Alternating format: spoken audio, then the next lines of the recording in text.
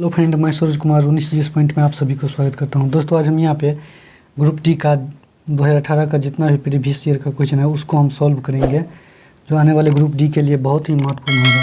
तो चलिए हम देखते हैं आज का पहला प्रश्न। आज का पहला प्रश्न है H2O plus Cl2 2HCl plus O2 अभिक्रिया में H2O किसके रूप में कार्य करता है? तो ये जो है एक अपचारक के रूप में कार्य करता है। तो यहाँ पे देखेंगे दोस्तों, हम उपचयन जिसे ऑक्सीडेशन कहते हैं, उपचयन जिसे ऑक्सीडेशन कहते हैं, उपचयन में अगर O2 का जुड़ाव होता है, O2 का जुड़ना तथा H2 का निकलना।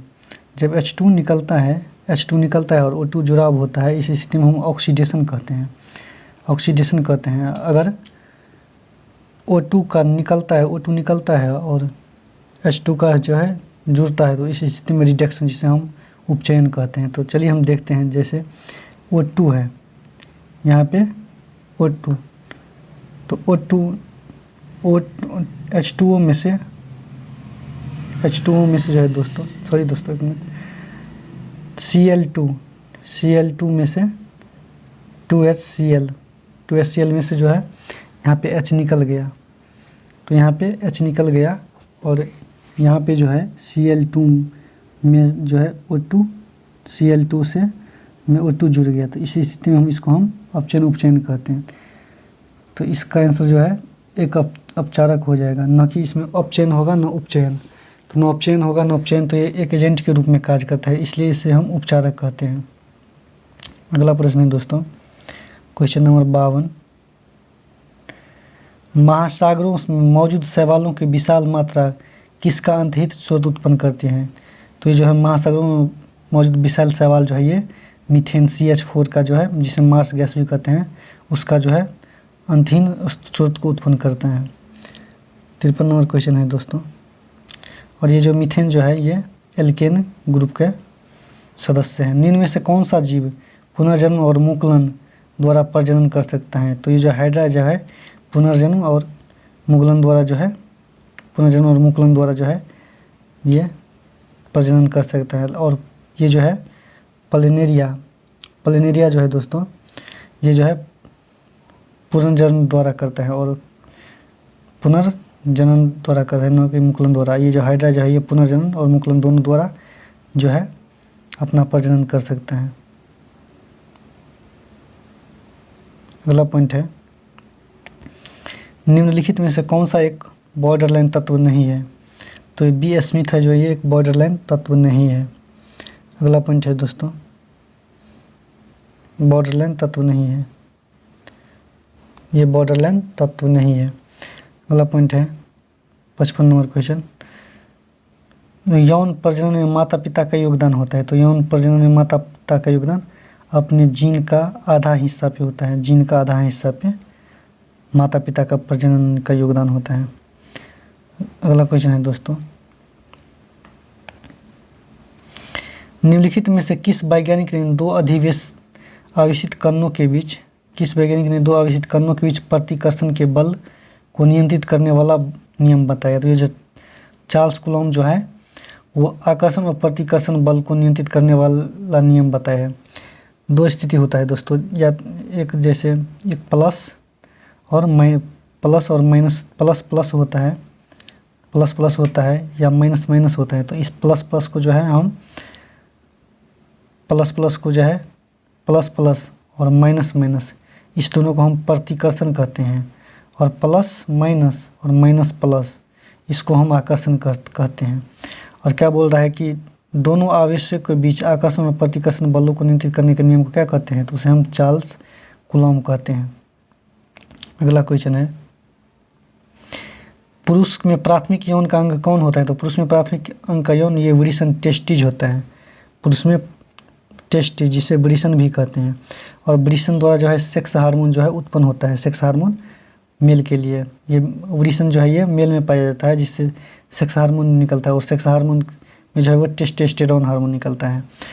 और महिलाओं के लिए जो है दोस्तों ये ओवेरीज होता है, जिसे अंडाणु कहते हैं, उसके लिए जो सेक्स हार्मोन निकलता है वो सेक्स हार्मोन निकलता है। और सेक्स हार्मोन निकलता है उससे हम एस्ट्रोजन और प्रोजेस्टेरोन कहते हैं। एस्ट्रोजन और प्रोजेस्टेरोन, जिसमें प्रोजेस्टेरोन ये एक प्रकार का जो है प्रेगनेंसी हार्मोन है, प्रेगनेंसी हार्मोन। प्रोजेस्टेरोन को एक प्रकार का प्रेगनेंसी हार्मोन कहते हैं। अगला पॉइंट है दोस्तों, एक पहिए का व्यास 84 सेंटीमीटर है, जिसमें 792 मीटर की दूरी तय करने के लिए कितना पूर्ण चक्कर लगाया जाएगा। तो एक चक्कर में जो है दोस्तों ये 2 पाई लगाता है।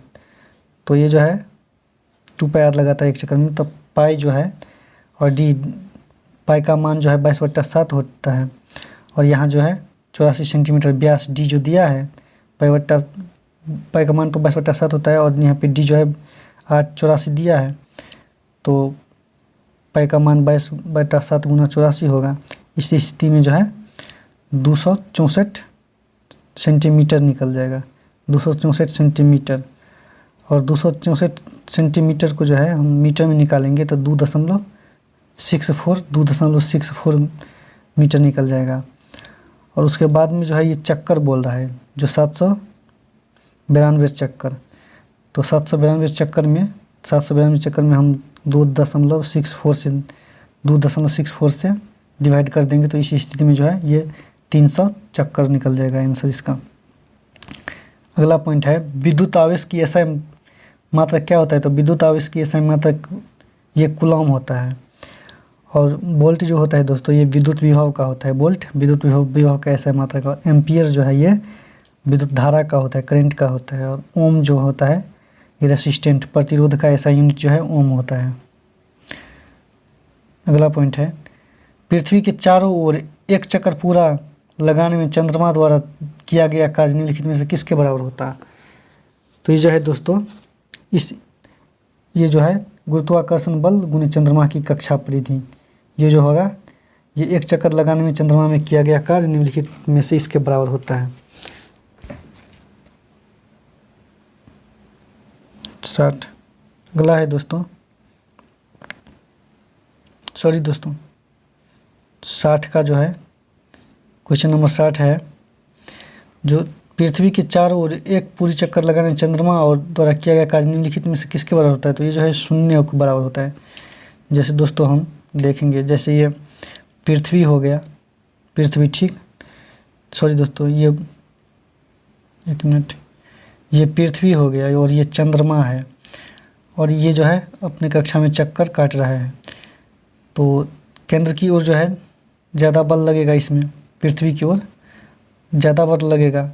उसके बाद ये जो है जिस ओर घूमेगा उस ओर कम और बल लगेगा, और ये जो है यहाँ पे 90 डिग्री का कोण बनता है। वेग की दिशा इधर और विस्थापन की दिशा भी इधर ही होगा, और ये पृथ्वी के केंद्र की ओर जो बल ज़्यादा लगेगा, तो पृथ्वी के केंद्र की ओर बल ज़्यादा लगेगा। तो इस दिशा में जो है इसका सूत्र होता है W बराबर FS cos थीटा। तो यहाँ पे जो है cos थीटा का मान 0 है, तो यहाँ पे जो है बल फोर्स जो है, फोर्स कितना लगाता है, बल का मान 0 हो गया, तो फोर्स गुना विस्थापन, इस स्थिति में इसका आंसर जो है 0 हो जाएगा। सॉरी दोस्तों, इसका आंसर 0 हो जाएगा। अगला पॉइंट है, वाहन के हेडलाइट में प्रयुक्त दर्पण कौन सा होता है। तो वाहन के हेडलाइट में प्रयुक्त दर्पण अवतल दर्पण होता है। अगला 62 नंबर क्वेश्चन है दोस्तों, BaCl2 के 2.8 ग्राम जलीय विलयन के अतिरिक्त तनु के H2SO4 के मिलाने पर निर्मित BaSO4 की मात्रा क्या होगी। जब Ba 137 और Cl 35.5 हो और S इतना हो और 0 इतना हो, तो इस स्थिति में जो है दोस्तों इसका आंसर जो है 2.33 ग्राम हो जाएगा। तो इसका हम जो है 3 स्टेप में देखेंगे इसका व्याख्या। जैसे मोल की संख्या तो पता ही होगा, मोल की संख्या जो है 6.022 गुना 10 के पावर 23 मीटर होता है। दोस्तों ये पेंसिल काम नहीं कर रहा है, 1 मिनट, सॉरी दोस्तों। अगला क्वेश्चन है, निम्नलिखित में से कौन सी गैस चूने के पानी को दूधिया कर देता है। तो ये कार्बन डाइऑक्साइड जो है ये चूने के पानी को दूधिया कर देता है। निम्नलिखित में से कौन सा एक धातु और अधातु के कार्य नहीं करता। तो ये बी स्मिथ जो है धातु और अधातु के कार्य को नहीं करता।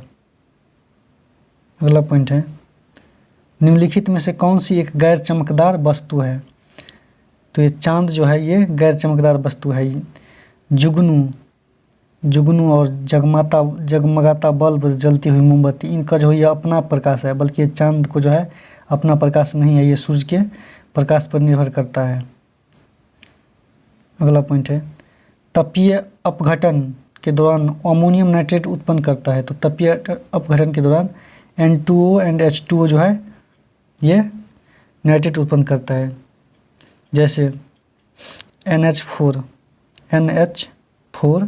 और NO3, इनको जो गर्म किया जाता है, NH4 एंड NO3 को जो गर्म किया जाता है तो ये N2O + H2O, जिसे नाइट्रस ऑक्साइड भी कहता है, इन दोनों गैस को जो है ये उत्पन्न करता है अमोनिया नाइट्रेट जो है।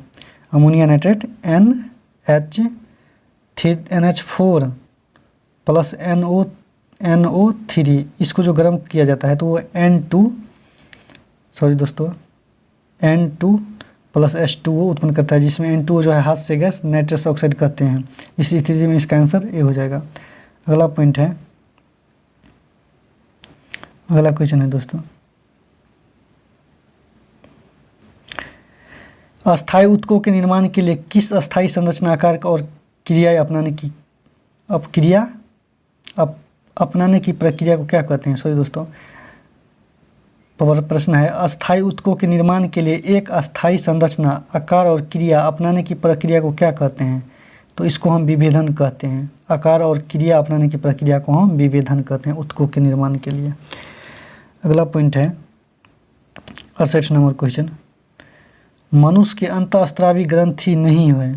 तो ये यकृत जो है ये अंतःस्रावी ग्रंथि नहीं है, बाकी ये पीयूष ग्रंथि, शीर्ष ग्रंथि, जिसे पिनियल ग्लैंड भी कहते हैं, और अधिविक ग्रंथि, एड्रिनल ग्लैंड, ये तीनों जो है ये अंतःस्रावी ग्रंथि है, और यकृत जो है ये अंतःस्रावी ग्रंथि नहीं है। पौधे में वो कार्बोहाइड्रेट जिन्हें तुरंत उपयोग नहीं किया जाता, उन्हें निम्नलिखित में से किस रूप में संग्रहित किया जाता है? तो पौधे में कार्बोहाइड्रेट जिन्हें तुरंत उपयोग नहीं किया जाता, उन्हें निम्नलिखित में से किस रूप में संग्रहित किया जाता है? तो उसे जो है स्टार्च के रूप में संग्रहित किया जाता है। इसको जो है तुरंत उपयोग नहीं किया जा सकता, उसको स्टार्च के रूप में संग्रहित किया जाता है। अगला प्रश्न है, निम्नलिखित ट्राइड में से कौन सा एक डोवेनर ट्राइड का प्रतिनिधित्व करता है? तो ये लिथियम, सोडियम और पोटासियम जो है ये डोवेनर ट्राइड को जो है प्रतिनिधित्व करता है। अगला प्रश्न है, निम्नलिखित में से कौन सा एक आयनिक यौगिक का गुण नहीं है? तो ये कम गलनांक और क्वथनांक जो है ये आयनिक यौगिक का गुण नहीं है। 72 नंबर क्वेश्चन देखेंगे दोस्तों,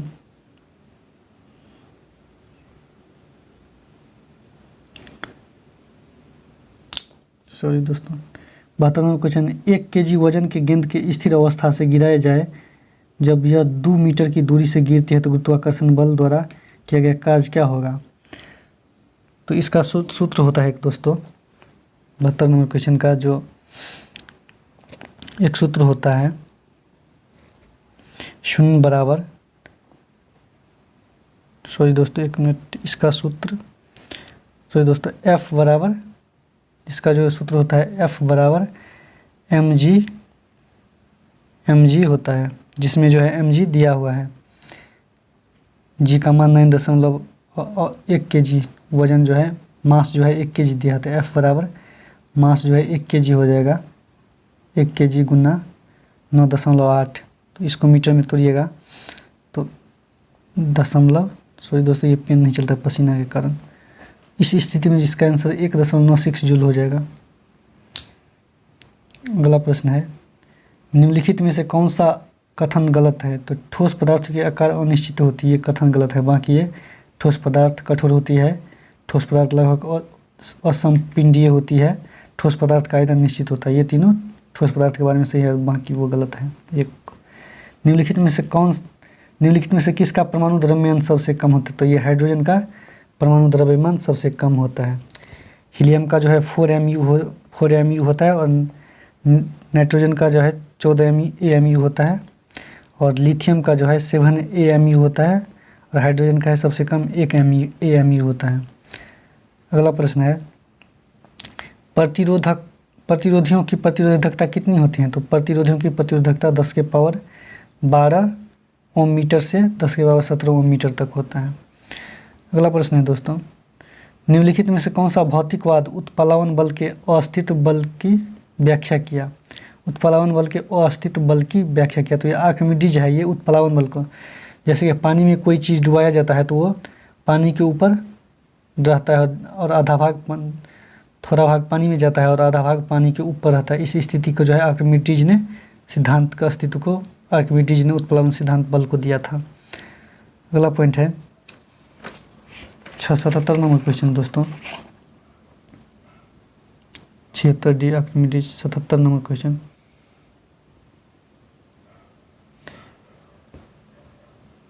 दस ओम के प्रतिरोधक समांतर रूप में जुड़े हैं। यह संयोजन 10 ओम के तीसरे प्रतिरोधक से श्रेणी में जुड़ा है। 10 ओम के दो प्रतिरोधक समांतर श्रेणी में जुड़ा है और यह संयोजन 10 ओम तीसरे प्रतिरोधक से श्रेणी में जोड़ा जाता है तो संयोजन का समतुल्य प्रतिरोध क्या होगा? तो एक स्थिति में ये जो है ऐसे, फिर ऐसे, फिर ऐसे, ये जो है समांतर श्रेणी में 10 ओम और 10 ओम दो है, समांतर बोल रहा है प्रतिरोधक समांतर रूप से जो है 10 ओम की दो प्रतिरोधक, तो 10 ओम की दो प्रतिरोधक और ये 10 के तीसरे ये संयोजन क्रम में जुड़ा है, ये 10 ओम जो है संयोजन क्रम में जुड़ा है। उसके बाद जो है ये दोस्तों इसका जो सूत्र होता है RA/RN, RA/RN, जिसमें जो है N ये N एक है तो 2 N का मान 2 होगा, 10/2 तो ये 5 हो जाएगा और ये बाकी जो है संयोजन क्रम में ये 10 + 5 जुड़ जाएगा, इस तरह इसका आंसर 15 ओम हो जाएगा। अगला प्रश्न है, हीरे में कार्बन परमाणु के बाह्यतम कक्षा में मुक्त इलेक्ट्रॉन की संख्या कितने होते हैं? हीरे में कार्बन परमाणु के बाह्यतम कक्षा में इलेक्ट्रॉन की संख्या 0 होता है। अगला प्रश्न है, एक गेंद को 10 मीटर की ऊंचाई से गिराया जाए तो ये ज़मीन पर टकराती है और 2.5 मीटर की ऊंचाई से वापस आती है, तो टकराव के दौरान गतिज ऊर्जा कितनी प्रतिशत कम होगी? तो ये गतिज ऊर्जा है 75% कम हो जाएगी। जैसे इसका जो सूत्र होता है, इसका सूत्र जो होता है प्रतिशत लॉस इन काइनेटिक एनर्जी में जो लॉस हुआ वो हाइट बराबर हाइट डिफरेंस बटा इनिशियल हाइट गुने 100, इनिशियल हाइट गुने 100। तो यहाँ पे जो है डिफरेंस जो है 10 में से 2.5 मीटर डिफरेंट हो गया तो 7.5 मीटर, 7.5 मीटर और ये जो है दिया है 10 गुना 100, 10 मीटर जो है इसकी ऊंचाई है तो 10 से 100 कट जाएगा, यहाँ पे 0 बचा, 0 से पॉइंट उड़ गया तो यहाँ पे 75%, तो इसका आंसर जो है 25 हो जाएगा, 75%। अगला क्वेश्चन है, निम्नलिखित में से किन ऊतकों में कोशिका जीवित रहता है? लंबी और कोनों पर अनियमित रूप से स्थूल रहता है। तो ये जो कॉलेरकाइमा में जो है कॉलेरकाइमा में ये जो है लंबी और कानों पर अनियमित रूप से स्थूल रहता है और बाकी ये तीनों जो है ये सभी पादप ऊतक हैं, स्क्लेरेनकाइमा, एरेनकाइमा और पैरेनकाइमा, ये बाकी जो है सभी पादप ऊतक हैं। अगला प्रश्न है, अमीबा किस प्रकार अलैंगिक प्रजनन करते हैं? तो अमीबा जो है बाइनरी विखंडन के द्वारा जो है ये अलैंगिक प्रजनन करते हैं। अगला क्वेश्चन देखेंगे दोस्तों, 82 नंबर क्वेश्चन, सौर ऊर्जा पवन ऊर्जा की तुलना में अधिक शक्ति उत्पन्न करती हैं। तो ये जो है कभी कभी जो है सौर ऊर्जा है पवन ऊर्जा की तुलना में अधिक शक्ति उत्पन्न करती हैं, हमेशा के लिए नहीं, जबकि वो कभी कभी उत्पन्न करती हैं। अगला प्रश्न है, निम्नलिखित में से कौन सा एक सतह पर होने वाली घटना है? तो ये वाष्पीकरण जो है एक सतह पर होने वाली घटना है। अगला प्रश्न, बेंजीन में सिग्मा और पाई अवंध की संख्या कितनी होती? तो बेंजीन में सिग्मा और पाई अवंध की संख्या जो है 12 और 3 होती। देखिएगा जो सिंगल बॉन्ड में जो है सिंगल बॉन्ड में जो है सिग्मा 1 रहता है और डबल बॉन्ड में जो है सिग्मा 1 और पाई बॉन्ड जो है पाई बॉन्ड वो भी 1 रहता है, और ट्रिपल बॉन्ड में जो है सिग्मा 1 रहता है और पाई बॉन्ड जो है वो 2 होता है, पाई बॉन्ड 2 होता है। इस तरह हम देखेंगे बेंजीन का जो सूत्र होता है C6H6, इस सूत्र पर जो हम बैठाएंगे तो इस तरह इसका आंसर जो है बी हो जाएगा 12/3। अगला है एक चक्रीय दर्पण जिसमें परावर्तन सतह अंदर की ओर चक्रीय होता है उसे क्या कहा जाता है, तो उसे अवतल दर्पण कहते हैं। अंदर की ओर चक्रीय होता है तो उसे हम ये देख लिए, अंदर की ओर चक्रीय होता है उसे हम अवतल दर्पण कहते हैं। अगला प्रश्न है एक वस्तु की गतिज ऊर्जा किसके साथ वृद्धि होती है, तो एक वस्तु की गतिज ऊर्जा गति के साथ जो है वृद्धि होती है। अगर वस्तु की गतिज ऊर्जा बढ़ता है तो उसके साथ ये भी गति की वृद्धि होती है, गतिज ऊर्जा उसके साथ गति किसकी वृद्धि होती है, तो गति की वृद्धि होती है। 76 नंबर क्वेश्चन, क्रॉस परागण के लिए निम्न में से कौन सा परागण कारक नहीं है, तो ये पौधे जो है क्रॉस परागण के लिए कारक नहीं है, बाकी जानवर, जल और वायु ये तीनों जो है परागण के लिए क्रॉस परागण के लिए परागण है। अगला प्रश्न है यदि किसी सुधारात्मक लेंस की शक्ति +2.0 डायोप्टर है तो यह है, तो यह एक प्रकार का उत्तल लेंस है, उत्तल लेंस है। देखिएगा जो 1/P बराबर शक्ति बराबर जो होता है 1/F फोकस दूरी, जिसमें ये फोकस दूरी जो है ये मीटर में दिया है और इसको सेंटीमीटर में देंगे तो ये 100 हो जाएगा और ये 100 हो जाएगा और ये जो है F जो है सेंटीमीटर हो जाएगा। इस तरह F जो है प्लस फोकस दूरी जो है +2 डायोप्टर है, तो अगर ये धनात्मक है तो धनात्मक स्थिति में अवतल होगा, धनात्मक स्थिति में अवतल उत्तल होगा, उत्तल लेंस। अगला है सोडियम कार्बोनेट की हाइड्रोक्लोरिक अम्ल से अभिक्रिया कर उत्पन्न करता है तो क्या करता है, सोडियम कार्बोनेट को जो हाइड्रोक्लोरिक अम्ल से अभिक्रिया करेंगे तो उस स्थिति में CO2 उत्पन्न होगा। अगला प्रश्न है 90 नंबर क्वेश्चन, उपज का इलाज करने के लिए निम्नलिखित में से किस प्रकार की दवा का प्रयोग किया जाता है, जब खाना जो है अपच हो जाता है उस स्थिति में एंटासिड का जो है प्रयोग करते हैं जिससे खाना की पाचन होती है। अगला प्रश्न है प्रकाश संश्लेषण के दौरान बने उत्पादन कौन से हैं, तो प्रकाश संश्लेषण के दौरान जो है ग्लूकोज बनता है, जल और ऑक्सीजन बनता है C6H12O6। इस प्रक्रिया को जो है हम प्रकाश संश्लेषण कहते हैं जिसमें ग्लूकोज, जल और ऑक्सीजन बनता है। अगला 92 नंबर क्वेश्चन, इसमें कौन सा नोबल गैस नहीं है, तो हाइड्रोजन है जो है वो नोबल गैस नहीं है। अगला पॉइंट है चंद्रमा की सतह पर G का मान पृथ्वी की सतह पर G के मान के 1/6 है, तो कोई व्यक्ति पृथ्वी पर 1.5 मीटर ऊंचा उछलता है तो चंद्रमा पर कितनी मान होगा, तो चंद्रमा पर जो है इसका मान 9 मीटर हो जाएगा, 9 मीटर हो जाएगा। अगला पॉइंट है ये जो है दोस्तों दोस्तों एक मिनट, ये क्वेश्चन जो है V² बराबर U² + 2AS के सूत्र पर ये जो है क्वेश्चन बन जाएगा। 94 नंबर क्वेश्चन है SnCl2 2HgCl और HgCl2 और SnCl4 अभिक्रिया में SnCl2 जो है वो उपचयित होता है क्योंकि वो जो है हाइड्रोजन को जो है हाइड्रोजन का है जो छोड़ता है इसका, इसलिए। अगला क्वेश्चन है निम्नलिखित में से कौन सी धातु सबसे अधिक क्रियाशील है, तो ये जो है Ca कैडमियम जो है अधिक क्रियाशील है। अगला पॉइंट है पौधे में हार्मोन के संचार के कारण प्रकाश की ओर झुक जाते हैं, इसे क्या कहते हैं, तो उसे हम ऑक्सिन कहते हैं। पौधे हार्मोन के कारण जो है संचार के कारण प्रकाश की ओर झुक जाते हैं उसे हम ऑक्सिन कहते हैं। अगला क्वेश्चन है 97 नंबर क्वेश्चन, एक आपतित किरण और एक समतल दर्पण के साथ 20 डिग्री के कोण बनाते हुए आपतित होती है, तो आपतित और परावर्तित किरण के बीच का कोण का मान क्या होगा, तो आपतित और परावर्तित के बीच के कोण का मान पूछता है दोस्तों। तो जैसे ये आपतित किरण है और ये परावर्तित किरण है, ठीक। और इसका मान जो है क्या कहते हैं, समतल दर्पण की बताते हुए, एक आपतित किरण के समतल दर्पण की बताते हुए कोण का मान ये 20 डिग्री दिया है, 20 डिग्री ये दिया है।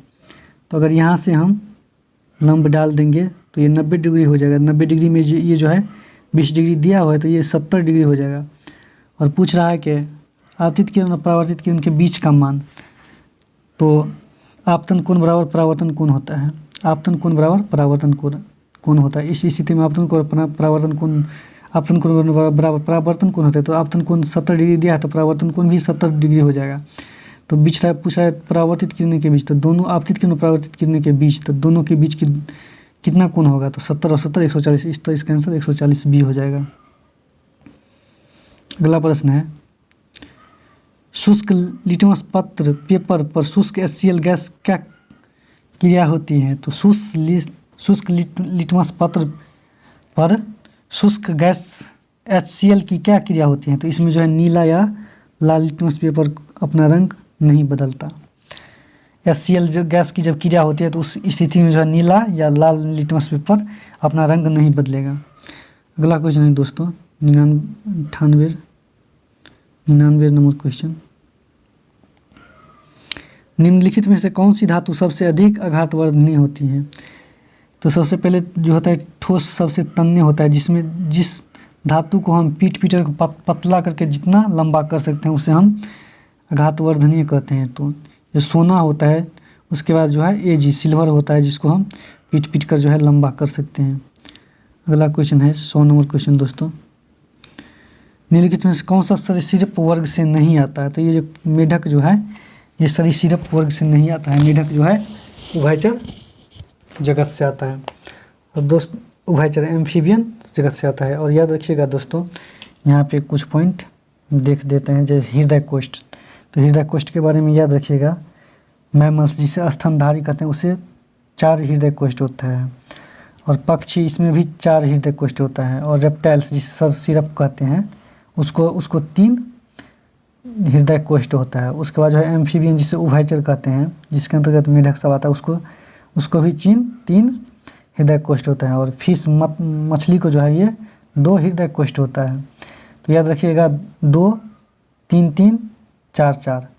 और एक बात अब बाद में याद रखिएगा, जो सरीसृप जो होता है रेप्टाइल्स, इसमें 3 कोष्ठ होता है। लेकिन उदाहरण में जो है एक मगरमच्छ आता है, मगरमच्छ उदाहरण के लिए मगरमच्छ, जिसमें जो है 4 चैम्बर होता है। कितने होता है 4 चैम्बर, मगरमच्छ में जो है 4 चैम्बर होता है। इस तरह अगला प्रश्न देखेंगे। अगला प्रश्न है, जब एक बंदूक की गोली चलाई जाती है तो बंदूक के पीछे की ओर धकेलते हैं। यह उदाहरण न्यूटन के किस नियम को दर्शाता है। तो ये जो है न्यूटन के तीसरे नियम को दर्शाता है। और दूसरे नियम से जो है बल का व्यंजक प्राप्त होता है, और गति के दूसरे नियम से जो है बल का व्यंजक प्राप्त होता है न्यूटन के। अगला प्रश्न है, 4 तत्वों की परमाणु संख्या F9 P15 और Ar18 इनमें से किन तत्वों के रासायनिक गुण समान होगा। तो ये जो है FnCl का जो है रासायनिक गुण समान होगा। अगला प्रश्न है, युग्मक संलयन को किस रूप में परिभाषित किया जाता है। तो युग्मक संलयन को जो है अंडे और किसी एक शुक्राणु स्पर्म के संलयन के रूप में जो है परिभाषित किया जाता है, युग्मक सेगमेंट को। अगला पॉइंट है, कॉपर सल्फेट का विलयन जलीय विलयन को जो है नीले लिटमस पत्र को लाल रंग में परिवर्तित करता है। कॉपर सल्फेट की विलयन जो है ये नीले लिटमस पत्र को जो है लाल रंग में परिवर्तित करता है। तो आज का सेशन समाप्त हुआ दोस्तों। अगर वीडियो अच्छा लगे तो लाइक शेयर सब्सक्राइब जरूर कीजिएगा। थैंक यू दोस्तों।